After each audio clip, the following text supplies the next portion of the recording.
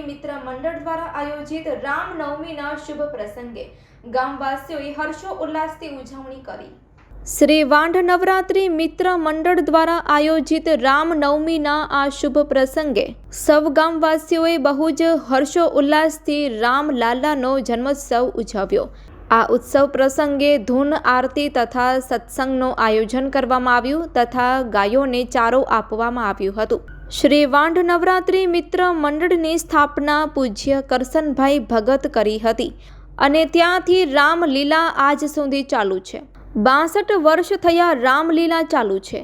આ 100 માસના નવરાત્રિમાં 9 દિવસ રામલીલા થાય છે અને દરેક ધાર્મિક પ્રસંગો વાંઢમાં ઉજવાય છે।